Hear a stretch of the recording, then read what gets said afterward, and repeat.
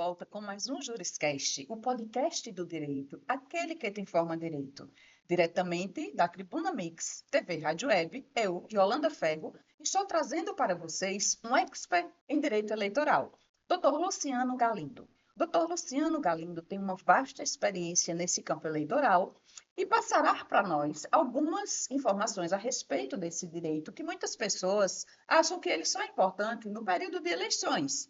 E nós iremos desmistificar essa máxima hoje com os apontamentos.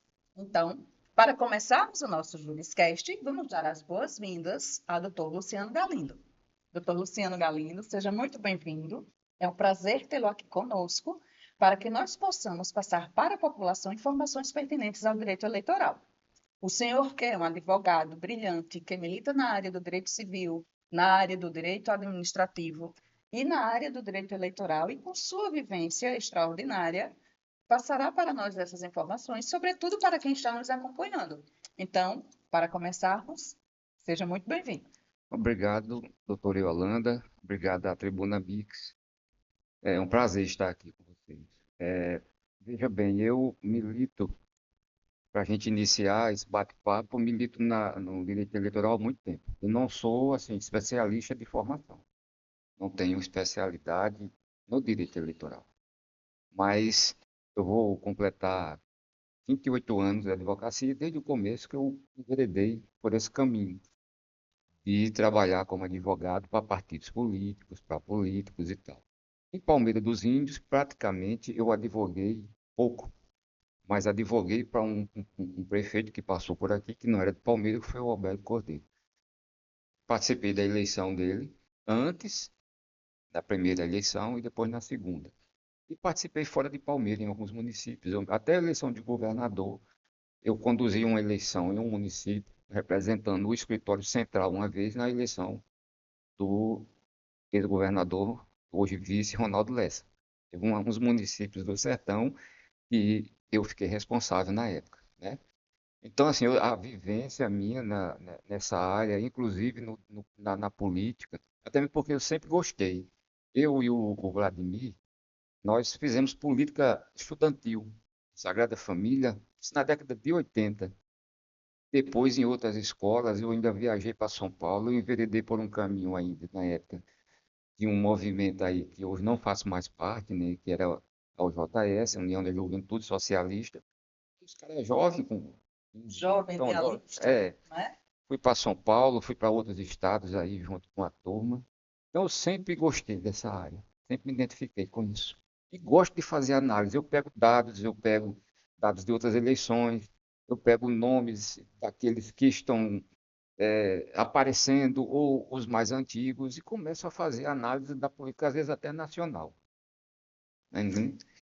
Então, com essa vasta experiência da vivência propriamente dita, você poderia explanar para nós, doutor Luciano, o que envolve o direito eleitoral? Para que as pessoas que estão nos acompanhando fiquem inteiradas como ele realmente acontece, como é essa dinâmica do direito eleitoral, não tão somente no período de eleições partidárias. O interessante é que nesse podcast, Yolanda, a gente vai ficar atento, vamos dizer, atento não, preso a questões objetivas do direito. A gente explana para aquele que possa, do outro lado, ver e entender melhor, né? Por exemplo, o direito eleitoral envolve muita coisa. Praticamente, primeiro que o Brasil é o único, salvo engano meu, é o único país que tem justiça eleitoral específica para aquilo ali, especializada, né?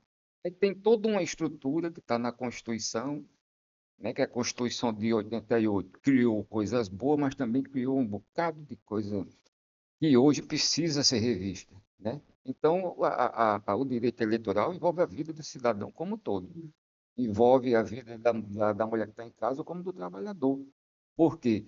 Porque quando você vai votar e escolher o seu representante, ele vai mexer em pontos da vida cotidiana, da economia, da vida particular, da vida patrimonial, financeira de todo cidadão e de um país.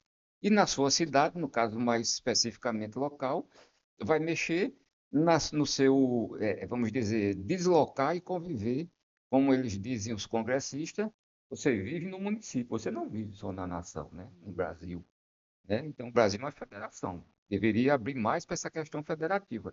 e ainda está muito presa a soltar mais como nos Estados Unidos. Os estados têm muita autonomia na Federação Americana.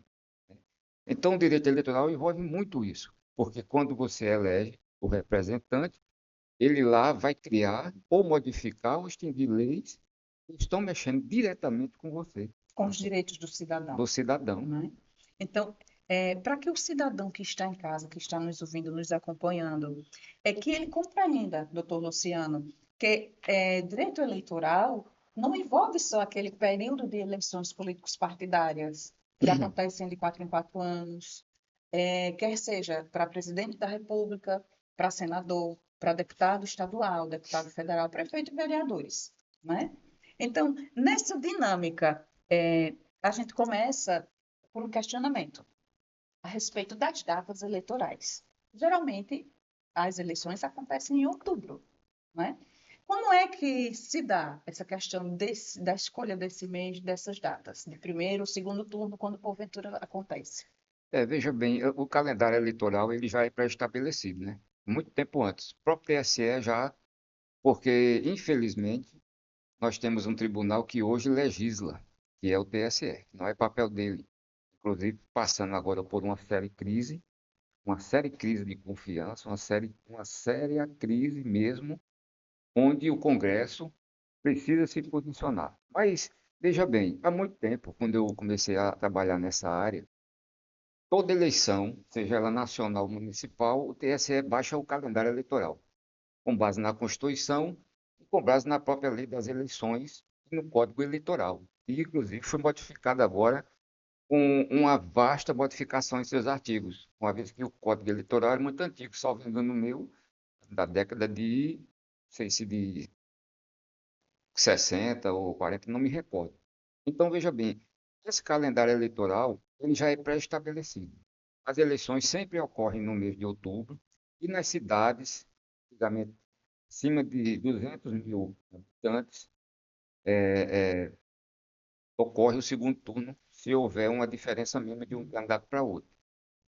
Hoje, o Código Eleitoral modificou muita coisa e as resoluções do TSE e a lei da eleição e a lei 64 de inelegibilidade, todas elas estão encaixadas numa programação dessas datas, né? Por exemplo, agora mesmo, dia 20, abre-se o começo das convenções. Vai até dia 5 de outubro.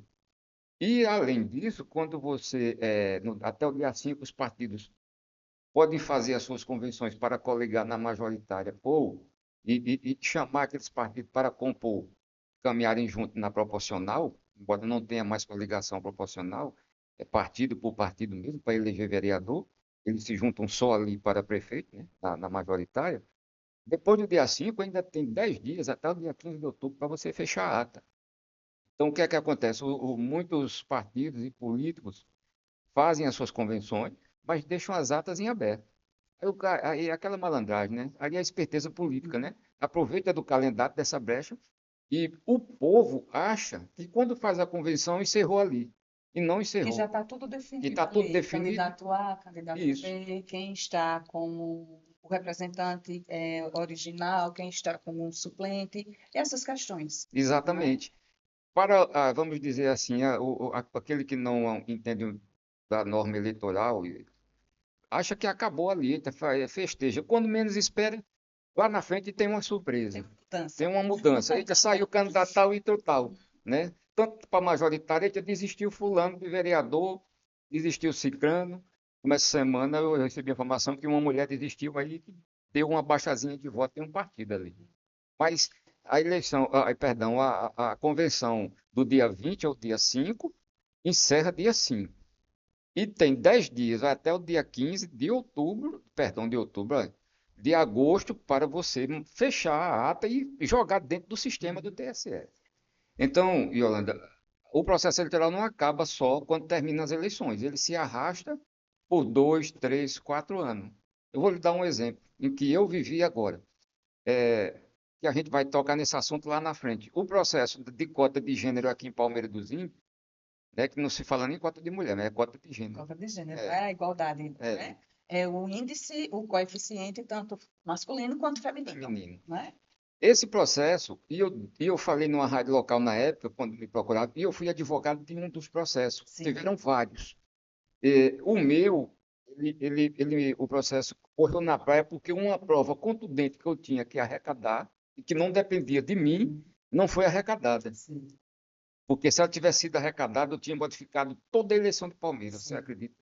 Infelizmente, eu estava em busca da verdade, porque eu estava coberto no meu processo da razão da fraude. Uhum, Mas, infelizmente, a prova, a colheita da prova não dependia de mim. uhum. Que aquela prova iria robustecer o processo e iria detonar toda a eleição de Palmeiras, praticamente, na proporcional e, quiçá, na majoritária.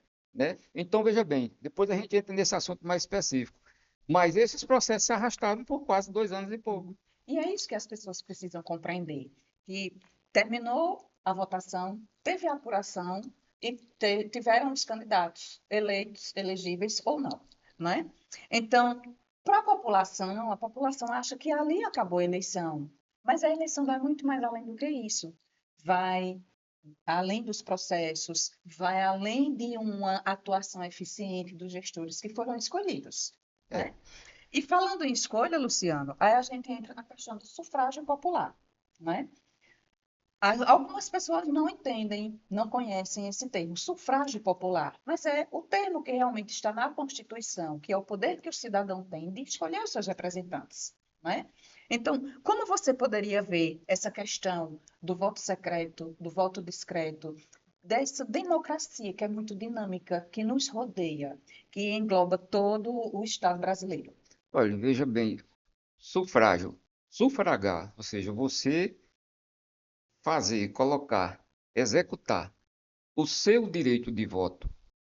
Então, o cidadão brasileiro, conforme a Constituição, e nós conversávamos, o artigo 14, está lá os requisitos de quem pode ser candidato, inclusive estrangeiro naturalizado, está lá, e quem vota, seus direitos políticos, para você sufragar, sei lá, e votar. Isso mexe tanto com a vida, como eu falei no início, porque um cidadão em um município pequeno, hoje, o sufrágio dele está um pouco maculado. Não, não, mas isso acontece há muito tempo, por N situações, é verdade. Mas com a chegada da tecnologia, ficou mais, vamos dizer assim, mais escondido. Por quê? Não, mas até a tecnologia deveria mostrar mais ainda. Mas como é o voto secreto, você tem que respeitar para você não ser coagido. A coação para o seu sufrágio é debaixo da mesa, é escondido entre o político e o eleitor. A sociedade ainda sofre esse tipo de, vamos dizer, de cercá-lo, eu diria até de determinada coação para ele, não deixa de ser uma coação. Por quê? Principalmente quando ele é mais vulnerável economicamente. Um dos grandes problemas que a gente enfrenta em relação ao voto é a dependência em regiões pobres, como a nossa no Nordeste, a dependência econômica e financeira das ações políticas. Por isso que no início você perguntou e eu respondi que mexe com tudo. A eleição mexe com Toda a tudo, estrutura social né? com a vida de todos os cidadãos, não Então é? veja bem, a gente tem um grande problema hoje, e não é só em Palmeira, que a gente está vislumbrando. A situação financeira e econômica do cidadão, ela teve um decréscimo e ele hoje vai em busca do socorro público. E quem lhe dá o socorro público? Deveria ser o órgão público, o Estado como um todo. Mas não. Ele traz para a presença física dele, gestor, gestora, onde for, traz para e dali ele faz um ato que a lei eleitoral considera como crime eleitoral, passível de cassação de mandato, que é o abuso do poder político e econômico. Porque se uma pessoa foi escolhida pela soberania popular, pela vontade da maioria da população, para representar aquelas pessoas diante daquele ente governamental, e não a pessoa se sobressair, se beneficiar com uma máquina administrativa para fazer uso do poder para atingir os seus bens pessoais, os seus interesses pessoais, É, não é? porque isso quebra a legitimidade da representação. Ah, mas o nosso sistema é representativo. É verdade. Nós elegemos os nossos representantes e forma a Câmara Alta e a Câmara Baixa. Senado, né? Nos Estados Unidos, Câmara Alta e Câmara Baixa, aqui Senado e Câmara dos Câmara dos Deputados. Deputados. Mas isso macula. Essa dependência, esse jogo macula. Mas você pode dizer, ou alguém pode dizer, não, mas já vem de muitos anos. Vem, mas precisa mudar. Por isso esse voto secreto. Mas um voto secreto que já se criaram tantas artimanhas para quebrar ele, né? E ele continua, vamos dizer assim, mantido, e deve ser mantido como voto secreto, mas para dar mais legitimidade ao cidadão, deveria a lei quebrar a obrigatoriedade do voto. Uhum. Você ser obrigado a sair de casa para votar, às vezes, toda eleição, a margem de abstinência é de 30%, em 28%, 27%, em todo lugar. Por quê? Porque tem hora que as pessoas se abusam. Eu já cansei de vivenciar pessoas no dia da eleição, eu rodando como advogado de um partido. Papai, não vai votar, não, vou não, eu vou ali beber cachaça. Sim. E se escondia numa casa de um amigo ou de outro, eu ficava o dia de boa, bebendo, brincando. Porque E não ia no, votar. no Brasil é obrigatório, não é? Você votar. E, salvo engano, as sanções para quem não vota ou não justifica o voto, elas são muito pequenas, não é? É multa pequenininha, valor desse tamanho. Consideravelmente em relação ao exercício do direito de cidadão de É. eleger seu representante, Ó, né? Em relação à importância do que esse ato tem para a sociedade. para você ver, Holanda, nós somos obrigados a votar, obrigados a ir trabalhar.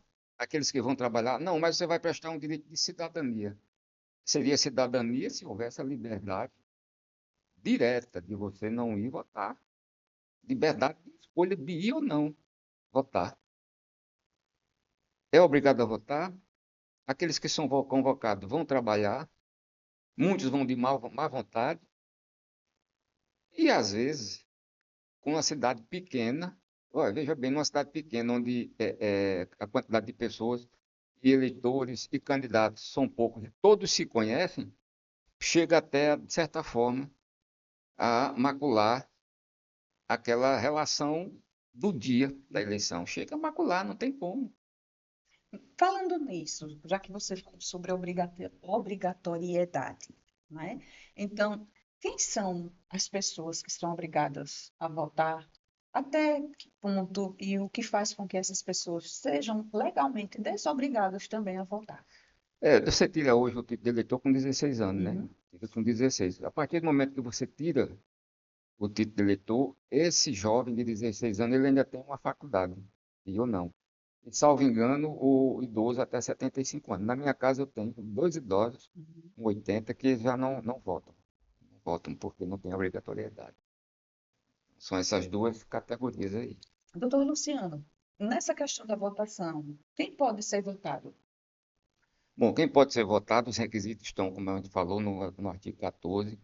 Os brasileiros com direitos políticos normais, o estrangeiro naturalizado. E o que é o direito público normal? Aquele que não sofreu condenação em segundo grau, que não recorreu, definitivo, transitado em julgado, ou que sofreu condenação em colegiado, até administrativo. Eu já tive um caso que o candidato, meu cliente, sofreu uma condenação no âmbito de uma junta de uma secretaria de Estado. E aquilo ali foi lançado no sistema e impediu dele ser candidato. Mas eu recorri na época e ganhei porque tinha umas brechas lá que o deixaram livre Uhum. para ser. Em relação a esse ponto que o senhor tocou, para que as pessoas que estão nos acompanhando em casa compreendam o que vem a ser a inelegibilidade. A inelegibilidade você fica por decretação de sentença transitada em julgado da Justiça Eleitoral por algum crime eleitoral, que são vastos.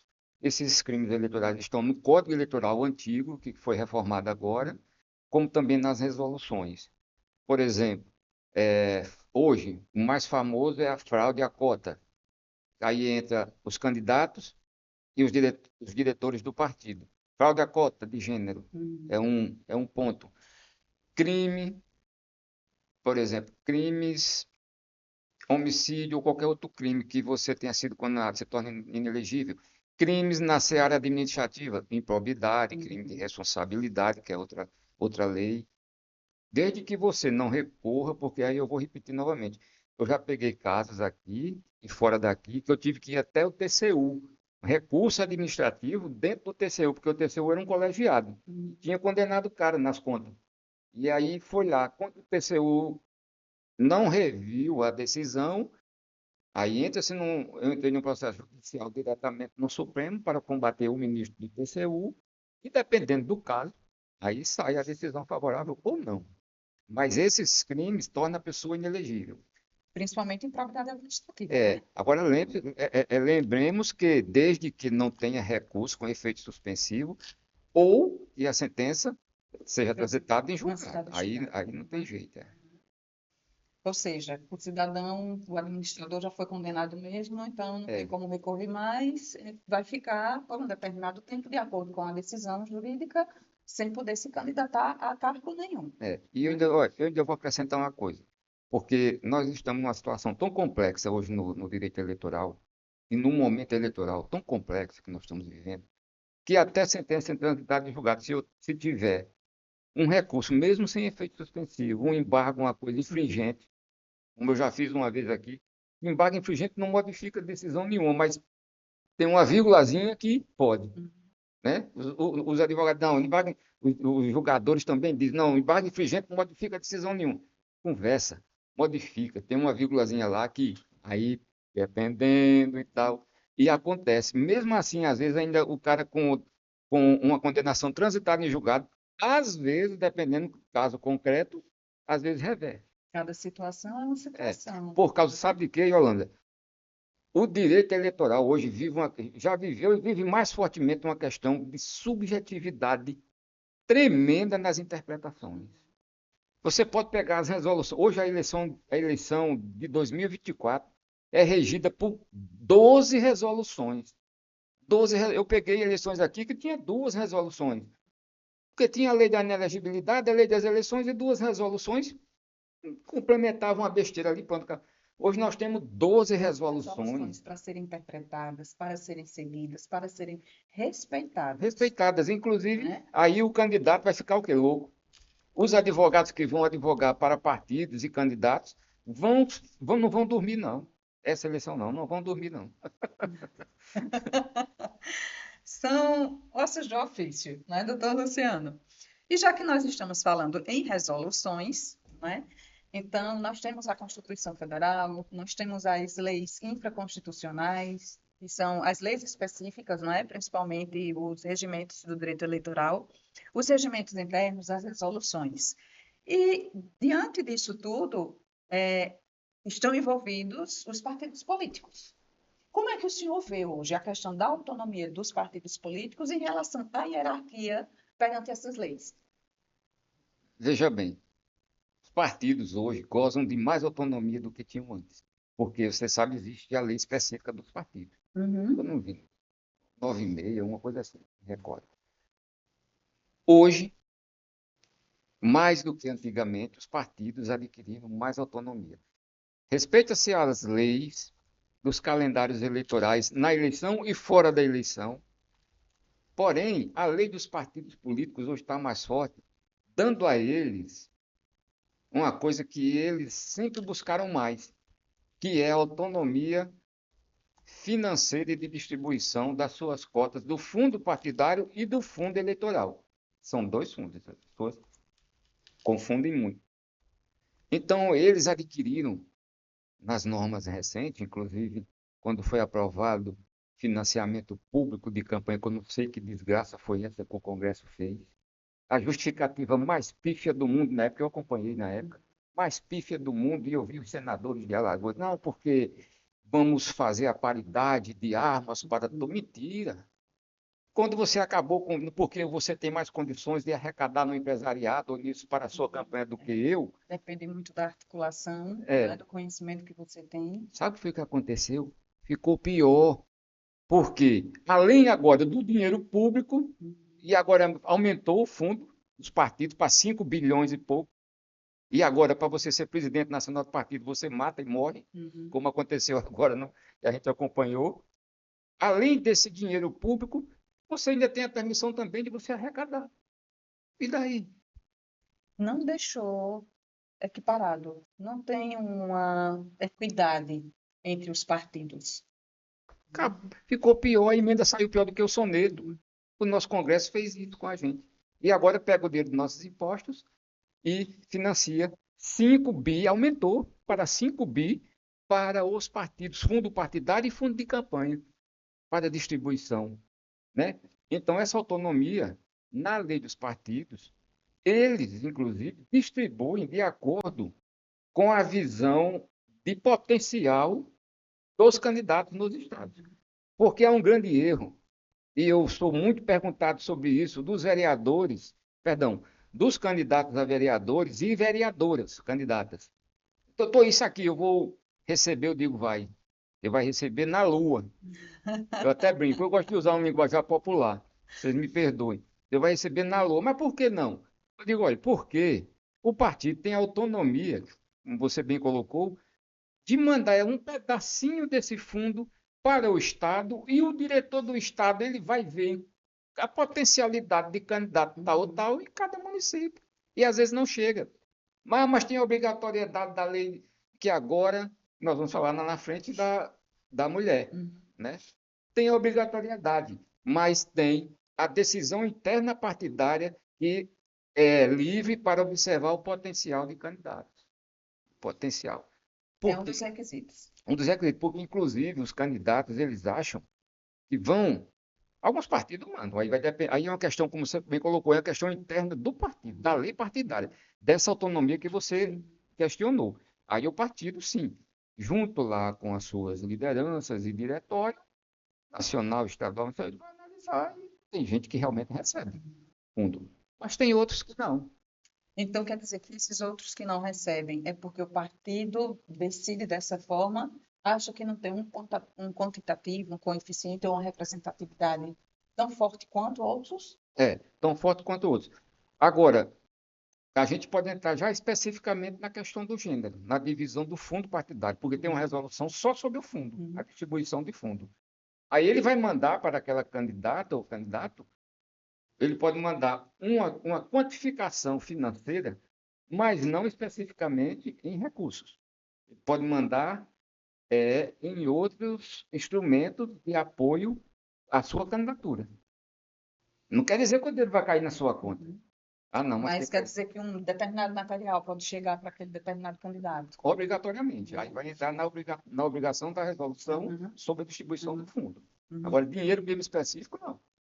Já que nós estamos falando de partidos, tem uma coisa que as pessoas indagam muito, principalmente no período eleitoral, quando tem os resultados nas urnas, nas eleições. Principalmente nós, quando estamos bem próximos das cidades do interior, e nós estamos mais próximos dos candidatos, e nós temos aqueles, né, candidatos preferidos. E as pessoas fazem o seguinte questionamento: ah, candidato A teve mais votos que candidato B. E candidato A não se elegeu. E candidato B foi quem assumiu a cadeira. Então, o que responder diante de uma situação dessa, doutor Luciano? Isso tem a ver com a questão de majoritária, de proporcional? Como é que funciona essa questão? Isso é um cálculo meio complexo, mas nós vamos fazer uma explanação aqui bem legalzinha. Que bom, porque da mesma forma de que algumas pessoas me indagaram, acredito que outras pessoas que também estejam nos acompanhando também queiram ter esse discernimento e eu obter essa resposta para saber diferenciar. Certo. Isso começa no Código Eleitoral, depois vai para a Lei das Eleições, né? E o próprio sistema do TSE, ele já tem jogado dentro da sua memória a distribuição e o cálculo, tá? No Brasil inteiro, tanto de deputado como de vereador. Essa é a chamada eleição proporcional, né? Eleição majoritária para o cargo majoritário, para o cargo do executivo, seja o governador, o prefeito ou o presidente da República. E proporcional aliás, é a eleição para formar aqueles colegiados, câmaras, deputados, assembleias e Câmara de Vereadores, antigamente chamada Câmaras Mirim, né? Se ele disser que é um vereador, ele quer dar no cara, pensando que é menor, mas não é, porque era o nome que tinha, né? Mas a divisão, Yolanda, ela é um cálculo assim meio complexo, mas eu vou explanar o seguinte. É assim, hoje com a nova lei, não tem mais coligação proporcional. Antigamente se juntavam dois, três partidos e fazia uma frente só. Hoje o partido ele sai individual ou sai em federação. Ali criou a tal da federação, que funciona como um corpo único. Não tem coligação de partido para a proporcional, mas se abriu, vamos dizer, uma exceção para formar a federação, que funciona como corpo único e por um período X. E a divisão das vagas e a quantificação de votos para eleger se dá na federação do mesmo jeito que se dá no partido individual, né? Então, assim, nós temos, resumidamente para esse cálculo, se estabelece o quociente eleitoral, o famoso quociente eleitoral, que as pessoas perguntam muito. E o que é quociente eleitoral? Os votos válidos, tirado branco e nulo, dividido pela quantidade de vagas daquele parlamento. Se for o parlamento Mirim de Palmeiras, tem 15 vagas, por exemplo. Então, pega-se e divide os votos válidos da eleição pela quantidade de cadeiras e estabelece o quociente eleitoral, que é diferente do quociente partidário. É outra situação. Mas não vou engoldar a cabeça de quem vai ver, não, viu? Então, por exemplo, Palmeiras teve na eleição do prefeito passada, se eu não salvo engano, 2.400 e poucos votos, quase 2.460, salvo engano, é o quociente eleitoral de Palmeiras dos Índios, 2.400. Bom, estabeleceu o quociente eleitoral. Como é que se chega a esse coeficiente eleitoral? Divide o número de votos válidos, tirando branco e nulo, pelo número de cadeiras. Está entendendo? Aí deu 2.400 e pouco, né? Salvo engano, foi isso, ou foi de 360, uma coisa assim. Bom, estabeleceu o quociente eleitoral. Então, dali, você vai passar para estabelecer agora o quociente partidário. E o quociente partidário, você vai dividir o número, o Do coeficiente eleitoral eleitoral pela quantidade de cadeiras. de cadeira, né? Não, aí dá o quociente eleitoral. Aí o quociente partidário, você vai fazer a divisão inversa. Você divide esse quociente eleitoral, perdão, você divide pelo o número de votos válidos. Aí vai dar a quantidade de cadeira, não é o candidato eleito, quantidade de cadeira. Então, se eu tenho 10 frentes partidárias, vai sair cada ali, vai sair, por exemplo, frente tal tem 2 vagas. Tá? Então, não quer dizer que vai ser preenchida. Ele vai estar lá para começar a preencher. Aí vai ser a votação dos candidatos. Então, por exemplo, ele estabelece a quantidade de vaga por partido. Ainda não está preenchido, está tudo vaga ali, quando se divide. Então, como é que vai atingir? Aí a lei fala, no mínimo 10% do quociente eleitoral. De 2.400, você tem que ter 10% no mínimo para começar a brigar. 10%. Aí você vai juntando ali e faz o primeiro. Ele atingiu 2.400, pronto, fez o primeiro. Aí já tem uma cadeira ocupada, aí abre-se a contagem para a ocupação de outra cadeira. E assim sucessivamente. Porque são 3 fases. Uma você faz, você estabeleceu o número de cadeiras, de vagas ali naqueles partidos. A primeira rodada é pelo quociente eleitoral. De todos os partidos. Todos os partidos, você vai preenchendo ali quem vai atingindo. Aí, pronto, parou. Aí nenhum mais atingiu. Aí volta para a segunda fase. Isso o sistema TSE dá. Na segunda fase, vai para a regra do 80-20. Aí o que é a regra do 80-20?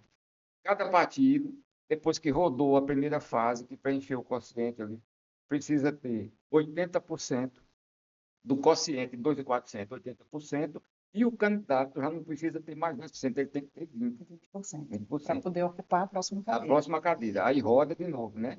Essa chama de segunda fase, que são as sobras. Na primeira, todo mundo tem atingiu, preencheu. Aí vai.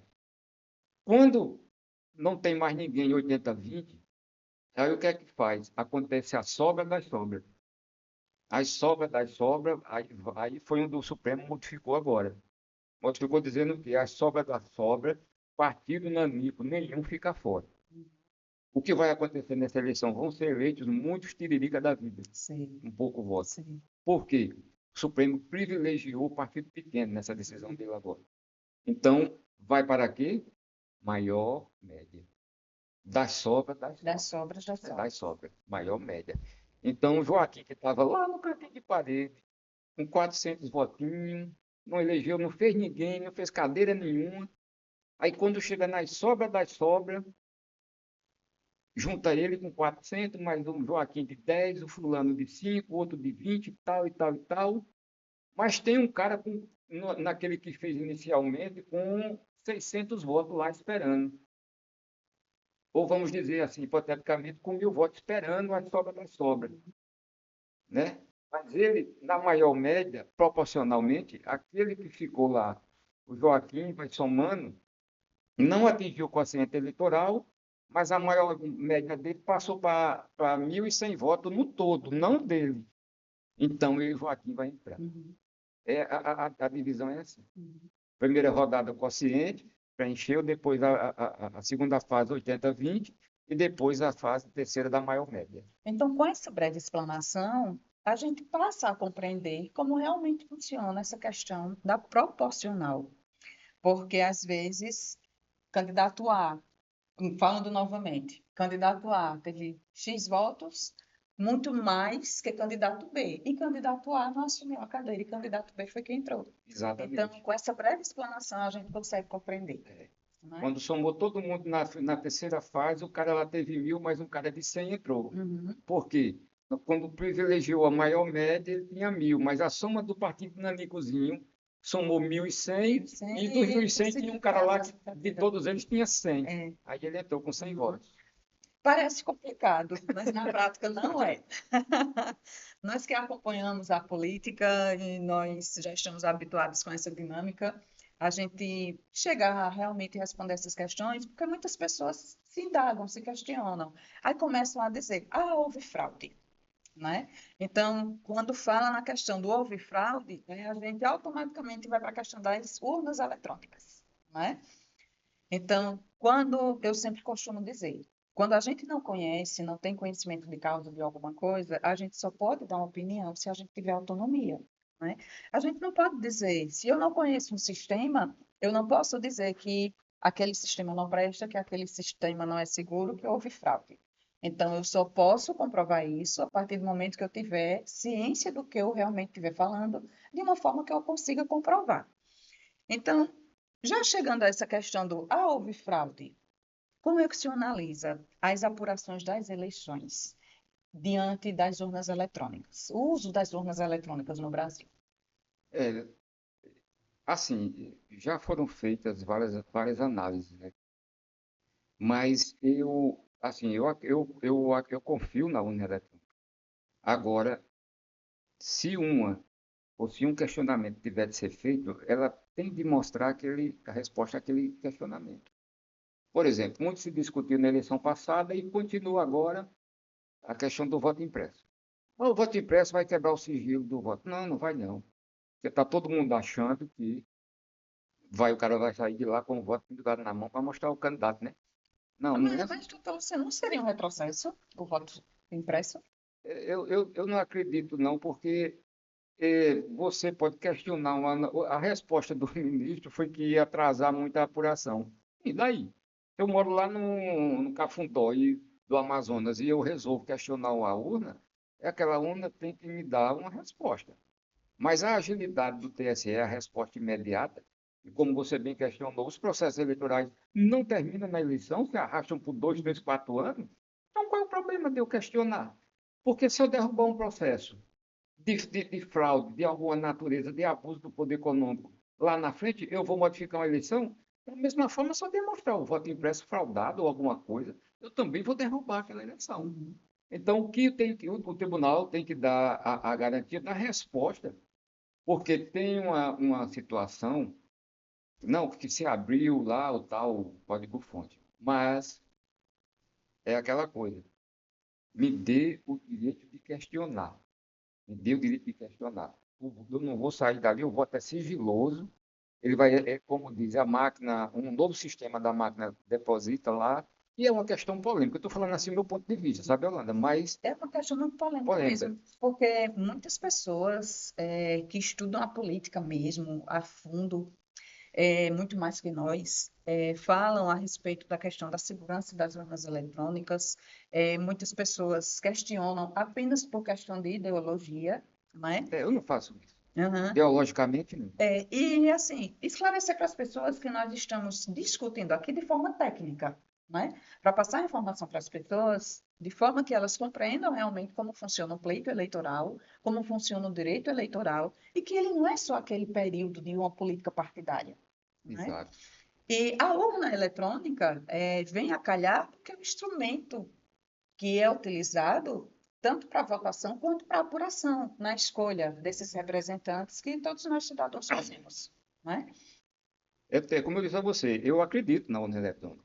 Embora eu gostaria que avançasse mais o nosso direito no sentido de, vamos dizer, demonstrar para aquele que quer saber mais esclarecimento sobre o seu voto, em um momento tal, vai acontecer isso, eu acredito. Para que tenha uma lisura Uma maior. lisura. Vai dizer, olha, não, eu estou questionando. Qual é o ponto que você está questionando? Esse ponto. Ah, é? Então está aqui esse ponto, a sua resposta. Vai chegar, eu creio que vai chegar a isso. É. Esperamos que chegue também, porque assim acaba com a desmistificação de tudo, qualquer coisa em torno disso. Já criaram a biometria, né? Uhum. E nós vimos Que que é uma segurança maior, maior. né? E teve até fraude com a biometria Uhum. por aí afora. Doutor Luciano, outro assunto importante em relação ao direito eleitoral e eleições partidárias também é a questão de desligamento de cargos, não é? Pessoas que pretendem se candidatar a determinados cargos políticos que têm um vínculo com instituições governamentais ou não governamentais têm que se afastar daqueles cargos. Isso em função de quê, doutor Luciano? Em função de não estabelecer desequilíbrio na paridade de disputa. Você imagine, eu tive um caso interessante, porque a lei também precisa ver a subjetividade, a interpretação. Não estou falando aqui do livre convencimento do juiz, não, dos julgadores eleitorais, não. Estou falando da subjetividade que envolve a todos nós. O direito eleitoral é algo assim surreal. A todo instante, você faz uma conjectura do seu ponto de vista. Como eu fiz agora, um ponto de vista meu da universidade, você faz uma conjectura da interpretação e, de repente, isso aí está valendo e acabou. Uhum. Né? Então, assim, sábado agora foi o último dia para desincompatibilização de secretários, membros de mesa diretora de sindicato, de associação, tal, tal, corre-corre. Sempre acontece aquele corre-corre. Que as pessoas querem ficar até o final, porque é o último dia, porque questão financeira, recebem seus salários, tal, seus subsídios, aquele negócio todo. E, inclusive, acontece até o passar de perna. Mas a gente está num papo bem legal, passar de perna de um dirigente partidário, de um candidato, tem outro que o cara, não, eu vou sair. Aí o cara, hoje com o sistema das prefeituras, o cara não lançou a sua portaria de exoneração naquela data. Por exemplo, sábado passado, não saiu portaria em nenhum momento. Mas o direito resguarda porque você protocolou lá atrás, não importa. O cara pode Que ter, vale é a data do é, protocolo. o cara pode exonerar agora, hoje. A data era sábado, mas você está resguardada lá. Não, eu vou confiar em ninguém, porque ninguém confia em ninguém. Vai lá e protocolo e tal, né? Mas é para resguardar o direito de igualdade na disputa, porque você ser candidato, secretário de uma pasta, de um município ou de um estado e tal, de uma associação, membro da mesa de uma associação, vamos chamar de ONG, porque o leque é vasto, onde você tem um certo, vamos dizer, um certo poder, não, eu diria, você tem Privilégio, um privilégio, uma interferência. interferência de agir com tais ou tais instrumentos, isso quebraria um pouco a disputa, né? Contra as Então, pessoas que não têm que não tem acesso, nada. né? Então, ela faz essa distinção, esse calendário aí que tem várias situações lá onde você se desincompatibiliza. Embora, quando você nas eleições municipais, quando você em um outro município, você não é obrigado a se desincompatibilizar. E eu tive um caso desse aqui, e o candidato foi até eleito, e foi impugnado, quando saiu o edital das relações dos candidatos e tal, depois da análise de toda a documentação pela Justiça Eleitoral, é publicado o edital e ali corre 5 dias para você impugnar. Aquela data que eu falei, tem as convenções até dia 5 e depois mais 10 dias para você lançar no sistema, né? 5 de agosto 5 de e agosto. mais 10 10 dias para para lançar lançar no no sistema. sistema, onde Vai você modifica ali. 5 de agosto é a data final e dia 15 de agosto é a data final de apresentação de ata. Porque o próprio sistema trava lá. Não aceita Não mais aceita e mais. recebe informação nenhuma no sistema. No sistema, só com ordem judicial, quando você morre um candidato, você pede substituição, aquele negócio todo, né? Então, assim, quando você vai, o candidato é de outro município, esse processo meu, alegaram na impugnação que ele não tinha sido desincompatibilizado, e eu fui aqui, ganhei aqui no juiz, o cara recorreu, o cara para prejudicar, fui para o Tribunal de Segundo Grau, o TRE, ganhei lá. Porque o TSE tinha uma decisão, ainda tem hoje. Inclusive, eu usei lá uma jurisprudência do TSE, recente na época, que falava que dava guarida ao cara. Por quê? Porque no miolo do pão dessa decisão, você não tem influência política em outro município. São municípios diferentes, são Diferente. instituições diferentes. Né? Então, eu tive ganho de causa e assumi tudo direitinho, por causa disso, né? Mas ele ainda foi impugnado. Mas é para quebrar justamente essa desigualdade criada, desincompatibilização. E essa é a importância do direito eleitoral, né? De estar ativo em relação a essas causas pertinentes a tudo que está relacionado ao candidato, ao eleitor, à consequência na vida do cidadão, né? Porque o período eleitoral ocorre em poucos meses, mas a consequência que tem na vida do cidadão é avassaladora, né? Inclusive, olha, no caso concreto, me lembrei agora, a jurisprudência tratava de um fiscal de renda, que numa eleição estadual, o cara era fiscal, por exemplo, em Pernambuco, mas era candidato em Alagoas, e ele foi impugnado. Mas o tribunal, o TSE, entendeu que não, que ele é fiscal lá. Ele não é fiscal Não aqui tem interferência no outro interferência. estado. Embora ele trabalhe em fronteira, Uhum. posto e tal, na época, né? Mas mesmo assim o TSE concedeu. Porque eu acho que tirar o direito de ser candidato de um cidadão só naquele caso de crime, dos crimes que a gente falou no Que já início. são previstos na lei. Na lei. Não é? São tipificados mesmo, são específicos na lei. Você caçar o direito do cara ser candidato, isso é triste. Às vezes as pessoas agem por interesses pessoais mesmo, não é? E falando em interesses pessoais, vamos falar em relação aos percentuais de cota, não é? Vamos lá. Agora é moda, né? Virou moda. Virou direito, Virou doutor. direito. Virou direito. É um ideologismo que a gente está se. Para que as pessoas que nos acompanham entendam o que é o percentual de cota de gênero, é do direito da representação feminina em todas as esferas, né, no período eleitoral. Né? Como é que funciona, doutor Luciano? Veja bem, a nova lei, o Congresso criou, e o TSE também aí já baixou a resolução. O pessoal fala, não, tem que ter 30% de mulheres no partido. Não, não tem que ter 30%. Pode ter até mais. O mínimo de 30, o não mínimo é? de 30%. O que se reserva é 70% no mínimo, no máximo, para um gênero. 70% para um gênero. Pode ser homem ou mulher. Então pode ter 70% de mulher e 30% de homem no partido. Não é que a mulher seja 30%. Justamente. Não é? Então, essa resolução criou essa cota e, como eu disse a você anteriormente, eu tive um desses processos que foi que quando estourou esse negócio de cota na eleição passada e de fraude à cota, né? E hoje, inclusive, a resolução ela traz mais nitidamente a fraude. A cota já existia, a fraude, né? Ficou agora mais, vamos dizer assim, engenhoso para a cabeça do advogado e do julgador. Por que engenhoso? Como é que se pega uma fraude à cota? Olha, não tem que ter voto zerado da mulher, aí é fraude. Não, não tem que ter voto zerado, não. Uma votação pífia pode, palavra pode, caracterizar a fraude à cota. Vai depender da interpretação Da do interpretação. julgador. Olha a subjetividade onde nós chegamos. Porque Isso vai dar confusão. É diferente, né? Para que as pessoas compreendam. Você utilizar a palavra pode e você utilizar a palavra deve. Quando você utiliza a palavra deve, obrigatoriamente deve seguir aquilo dali. Quando você utiliza a palavra pode, então você pode ou não compreender daquela forma, não é? Exato. Então, vai da percepção do juiz que analisar o caso. É. E o advogado e os dirigentes partidários têm que ter o maior cuidado, porque, por exemplo, achava-se que só era zerar.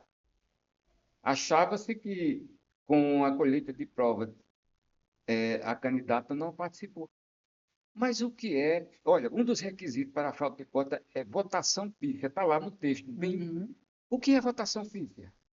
Se eu for num município de um município menor e a mulher tem 50 votos, para mim, ela no município pequeno correu atrás de 50 votos, é muito voto. Mas aí o advogado da coligação vai dizer que houve fraude, tem mais outros requisitos, mas nessa questão vai ficar tão subjetivo que o juiz, o promotor, pode entender que fraude por votação pífia. É. E vai de acordo, é muito relativo, doutor Luciano, porque vai de acordo com o quantitativo de eleitores, o quantitativo de habitantes, o quantitativo de pessoas aptas a votar, o quantitativo de pessoas que compareceram para a votação. Isso tudo é muito relativo, Porque nós né? tínhamos, falando antigamente, inclusive na eleição passada, disse, eita, a candidata não votou nem nela mesmo, porque tirou zero, né? E foi o meu caso. Foi o meu caso do meu processo. No O seu meu caso de processo, defesa. é, o meu, não, de acusação, eu fui advogado que Sim, aciona, sim, entrei com ação de investigação eleitoral, sim. dentre tantas outras. Mas o meu caso não era daquele partido que houve a modificação aqui, não, era outro.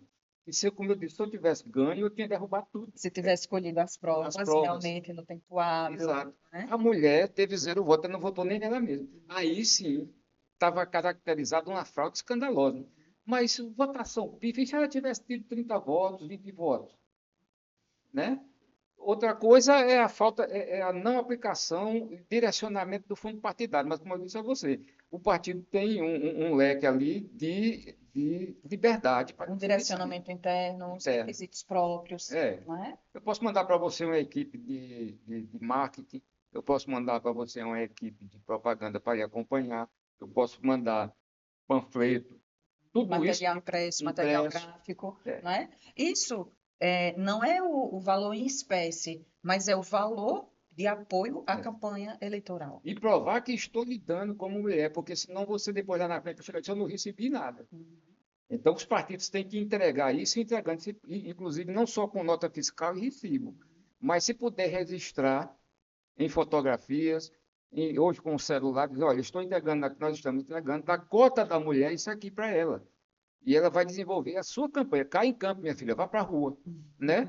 Para que depois não venha essa subjetividade terrível. E isso vai muito da pessoa que está à frente do direito eleitoral, que está atuando, que está realmente aplicando técnicas de comprobatórias, técnicas novas. A tecnologia está aí e ajuda muito nesse ponto, né?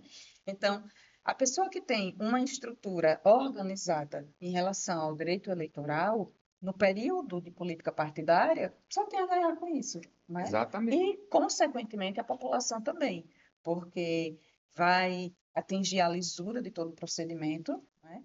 E os resultados serão exitosos. E tem como acompanhar isso, inclusive nas pesquisas. E que Que as pessoas compreendam, doutor Luciano, que tem as pesquisas, tem os sites institucionais, da mesma forma que a gente também tem que ter cuidado com fake news, da mesma forma que a gente também tem que ter cuidado com propagandas enganosas, não é? Uma coisa é a fake news, outra coisa é propaganda enganosa. E que as pessoas procurem realmente informação de qualidade daquele órgão, daquele ente que realmente possa passar a informação segura, uma informação correta, não é? olha que problema nós vamos enfrentar agora que o TSE estabeleceu, essa questão das fake news. O que é fake news? O que vai estabelecer? Quem vai dizer o que é fake news dentro de uma campanha eleitoral de 45 dias, nas redes sociais, na rede do candidato, quando ele abrir a rede oficial de divulgação do seu trabalho, de sua candidatura, que vai chegar o momento da propaganda eleitoral, né, que ele vai ser autorizado. Quem vai dizer? Por quê? É como eu já ouvi muitos juristas e cientistas políticos falando. Você vai caluniar, injuriar, difamar alguém na sua rede. Mas já existe previsão legal para aplicar como crime no Código No direito criminal, no direito Criminal. penal. Por que que eu vou trazer isso? E quem vai analisar isso? Porque se eu trouxer uma informação, nós estamos correndo um risco de eu dizer que fulano de tal, mas aí é aquilo que você falou, é ladrão, mas eu tenho que provar que ele é ladrão. Eu tenho que chegar e dizer, olha aqui o documento que eu estou provando.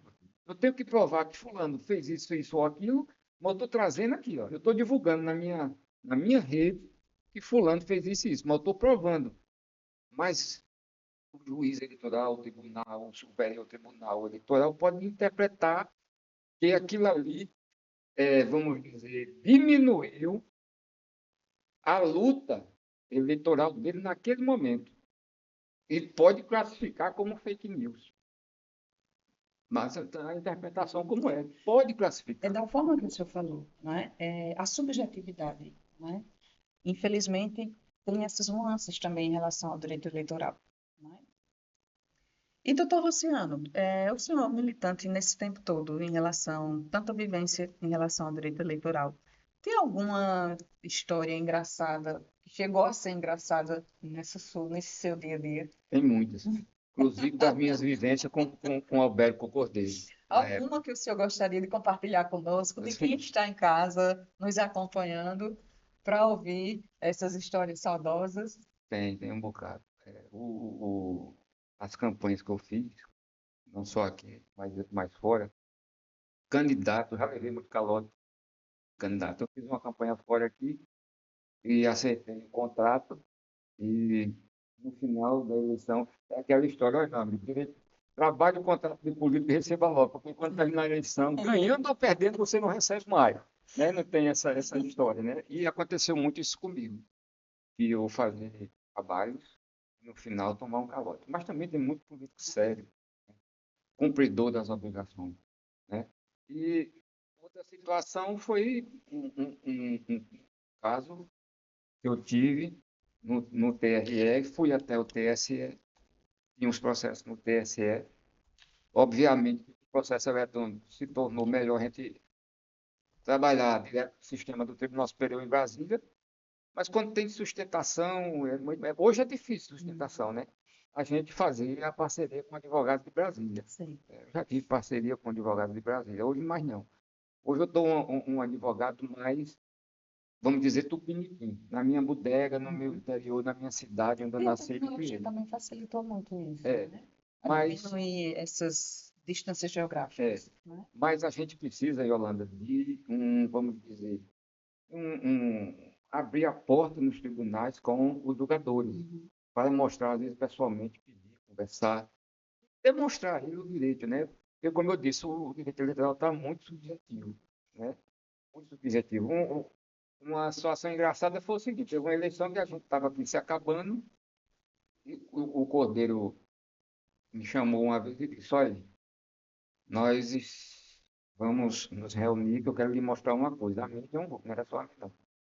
E a gente achava que a eleição estava perdida, você viu que é confiança.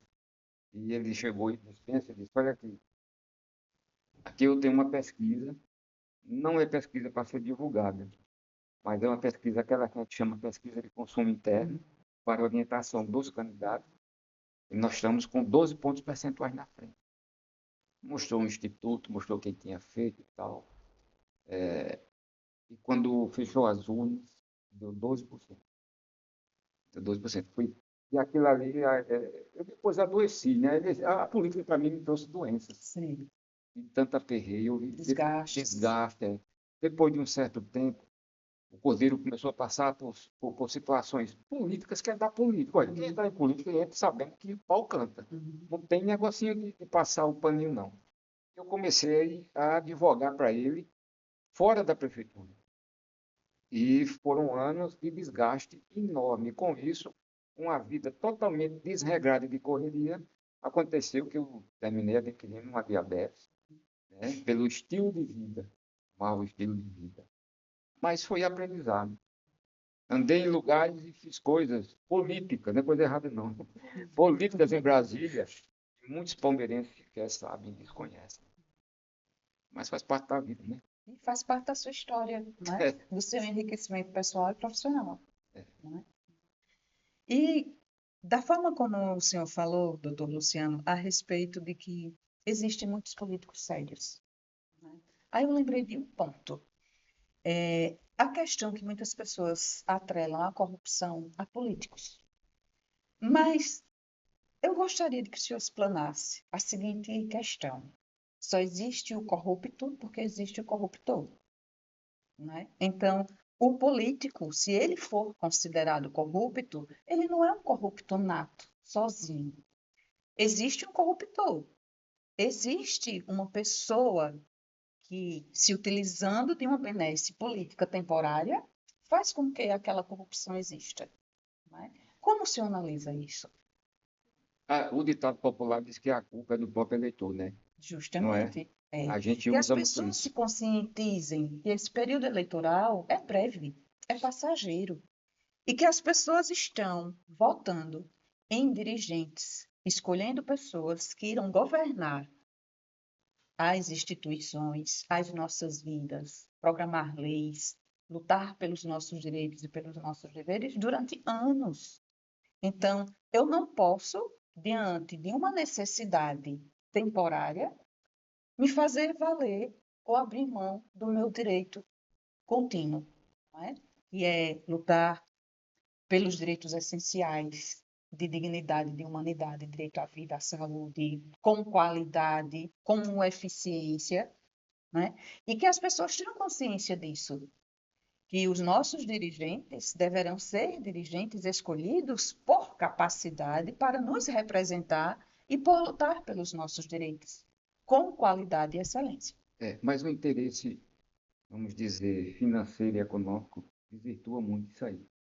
A gente acompanha nesses anos todos, muito pouco se evoluiu nesse sentido, Uhum. na política brasileira. Porque, principalmente, como eu disse aqui, em regiões mais carentes, ainda continua o mesmo sistema, infelizmente. Continua a nossa dependência do Estado.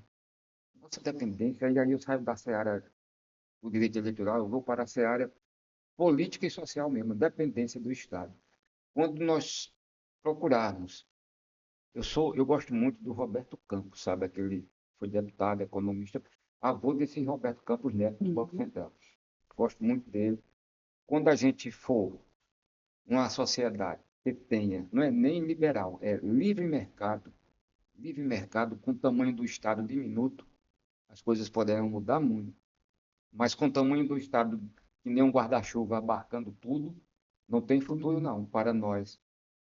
O Estado tem que diminuir para que você cresça. E aí, no campo eleitoral, é a dependência total do povo em relação ao político que tem o guarda-chuva do Estado. É como o Estado abarcando tudo ali. Isso. Aí fica essa dependência e a gente diz, não vai mudar. A gente vê uma pontinha de esperança em um político A, B ou C, que começa a fazer um trabalho diferente, né? Mas como assim, eu sou espírita, kardecista. Uhum. Então, para mim, é assim, deixa o tempo caminhar que as coisas vão acontecendo, naturalmente.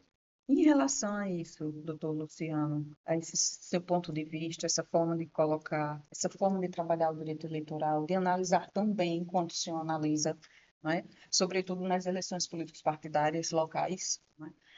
Qual a mensagem que o senhor deixaria para quem está nos ouvindo, para que compreenda melhor o que vem a ser o direito eleitoral, para quem nos ouviu, para quem nos acompanhou, e até para quem vai nos ouvir e nos acompanhar também, para que traga isso para o dia a dia? Eu diria ao eleitor, ao cidadão como um todo, aqui em Palmeiras, onde nós possamos ser escutados e vistos, que aquela velha história cobre a sua consciência de como está a sua vida como um todo. Não vai detalhar caso a caso nem situação. Como um todo. Procure vasculhar a sua consciência na hora de votar. Escolha aquele candidato que você acha que pode não modificar sua vida pessoal diretamente, com isso ou com aquilo, mas que, com o passar do tempo, lhe torne um cidadão que tenha liberdade e voz para caminhar e que possa você, com a sua liberdade, também executar dentro da sua região, cidade ou país, de acordo com a natureza dessas regiões, a liberdade econômica. Porque tudo, Yolanda, gira em torno da nossa vivência econômica para a sobrevivência do ser humano. Então, o que às vezes a eleição, o candidato tolhe, corta, é essa vivência de liberdade do eleitor. O eleitor fica entre quatro paredes. Aí a gente está tendo agora, nessas eleições, uma coisa interessante. Eu falei nesse tanto do guarda-chuva do Estado. Estão todos correndo para debaixo do guarda-chuva do Estado. Todos correndo. Eu só trabalhei no serviço público no governo do poder. Depois não trabalhei mais, eu vivo da minha profissão, da minha correria. Se eu ganhar 1 milhão, eu ganho 1 milhão. Se eu ganhar um tostão, eu ganho um tostão. Eu não vivo no guarda-chuva do Estado. Está entendendo? Então, o cidadão ele tem que mais se conscientizar disso, mas ele não quer sofrer. Ele não quer enfrentar. Está entendendo? Então, ele termina ficando nessas quatro paredes em que aquele político lhe coloca. E hoje está acontecendo um fato muito interessante. O emprego temporário público. Isso está amarrando muita gente.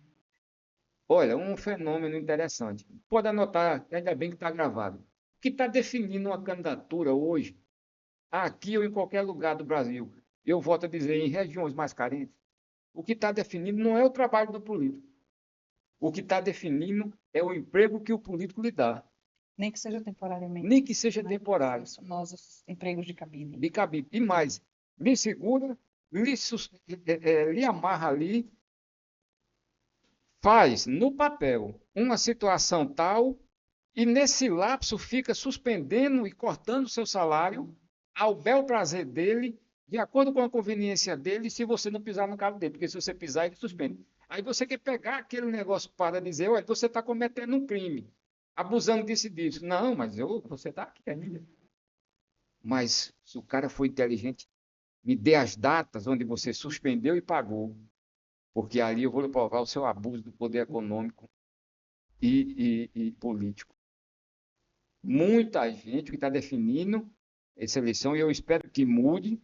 Eu vou receber umas informações daqui a 15 dias, e vai me dar um norte, umas informações, vai me dar um norte aqui em Palmeiras e em outras cidades, que vai me esclarecer. Isso vai prevalecer mais ainda ou não. Está vindo ali um cabedal de informações para mim no papel, e vai me fornecer esses dados. E esse guarda-chuva pode ter diminuído ou aumentado, mas é um fenômeno que está acontecendo. Não é mais o trabalho. Você pode pintar a cidade de ouro, mas se você não me colocar no guarda-chuva do emprego público, eu não voto em você.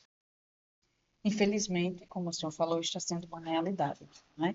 E que as pessoas que estejam nos ouvindo, nos acompanhem, que tenham essa crítica, esse pensamento crítico dessa análise que o doutor Luciano muito bem colocou, né? Para que nós possamos realmente debater o direito eleitoral de forma consciente, de forma cidadã.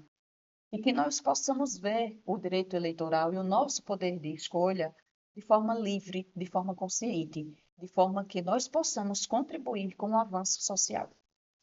E assim, terminamos o nosso Juriscast de hoje. Agradeço ao doutor Luciano pelas suas colocações, pelas suas palavras, pelos seus esclarecimentos.